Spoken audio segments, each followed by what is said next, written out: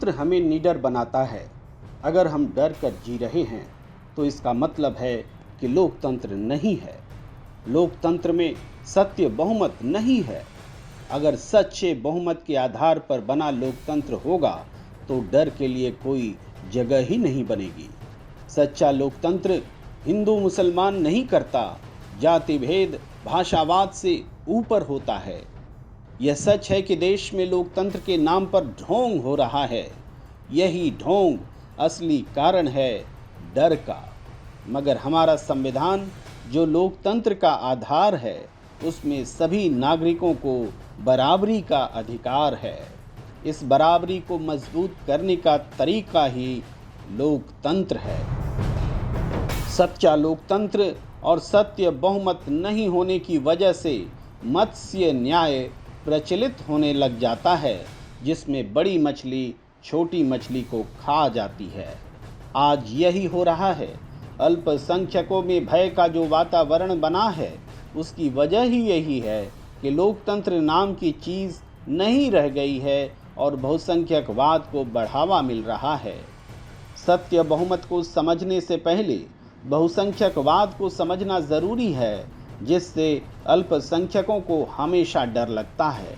जब बहुसंख्यकों के हितों को सामने रखकर फैसले लिए जाने लगे, अल्पसंख्यकों के अधिकारों की अनदेखी की जाए और उन्हें अपने अधिकार के लिए बोलने का अवसर न मिले, या फिर अल्पसंख्यकों की सुनी ही न जाए, तो इसे बहुसंख्यकवाद कहते हैं।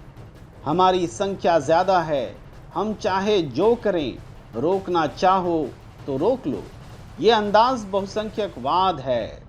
बहुसंख्यकवाद के प्रतिरोध का मतलब होता है मिट जाना। प्रधानमंत्री उसी राजनीतिक दल का बनेगा जो लीडर पहले से तय है और जिसको सबसे ज़्यादा वोट मिल गए। ये सत्य बहुमत का मानना है।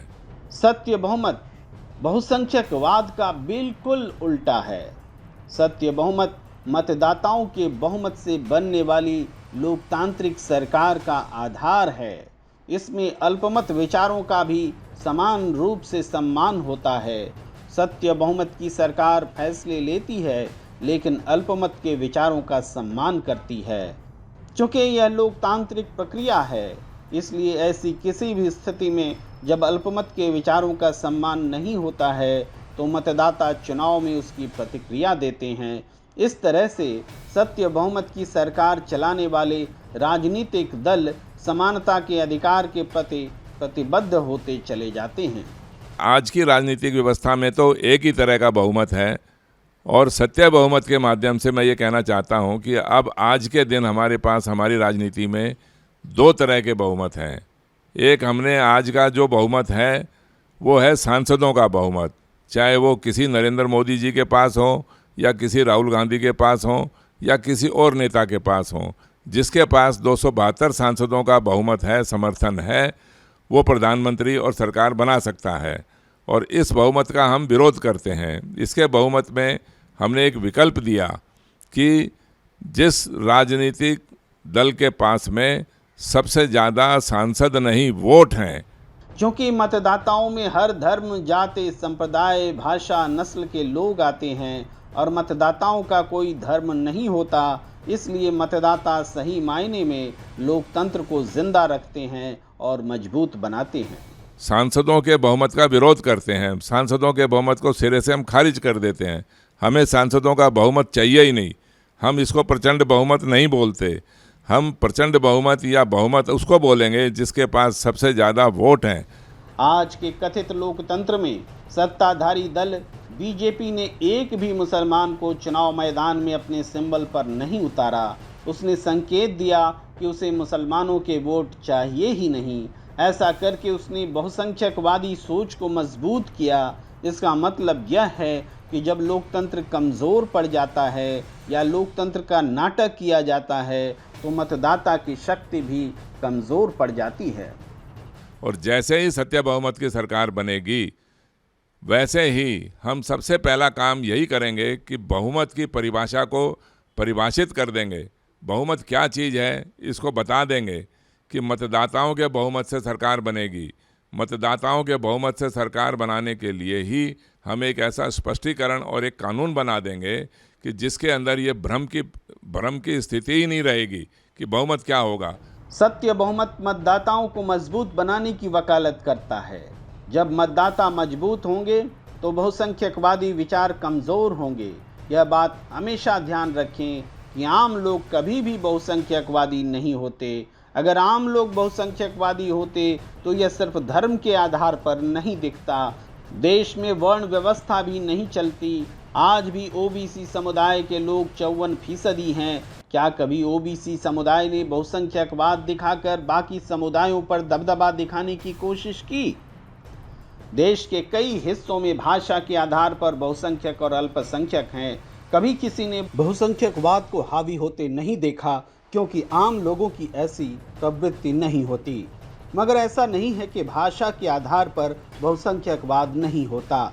उदाहरण के लिए तमिल भाषा को हिंदी का डर दिखाकर बहुसंख्यकवाद पैदा किया जाता है, मगर इसका जवाब भी सत्य बहुमत ही है। सत्य बहुमत पर आधारित लोकतंत्र मजबूत होगा तो न बहुसंख्यक डरेंगे और न ही अल्पसंख्यक। नफरत की राजनीति ही नहीं पनपेगी। वास्तव में चंद तानाशाही लोग ही बहुसंख्यकवाद को डर दिखाकर मजबूत करते हैं। हिटलर का जन्म भी इसी वजह से हुआ। अपनी कौम को निडर बताकर उसने यह समझाया कि दुनिया उनकी दुश्मन बनी हुई है। अपनी जाति को श्रेष्ठ बताकर उसने लोगों को अपने अस्तित्व के लिए खड़ा होने की जरूरत पर तैयार कर लिया। फांसीवाद का जन्म बहुसंख्यकवाद की सफलता के कारण ही हुआ।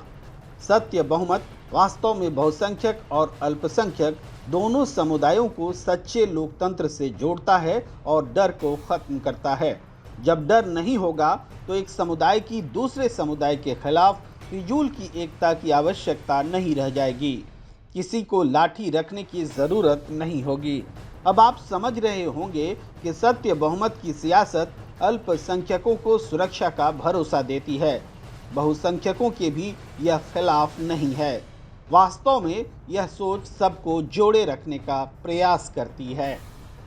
सत्य बहुमत की राजनीति में सबसे पहली बात तो यह है कि ना ही कोई हिंदू है, ना ही कोई मुसलमान है, ना ही कोई जाति है, ना कोई धर्म है।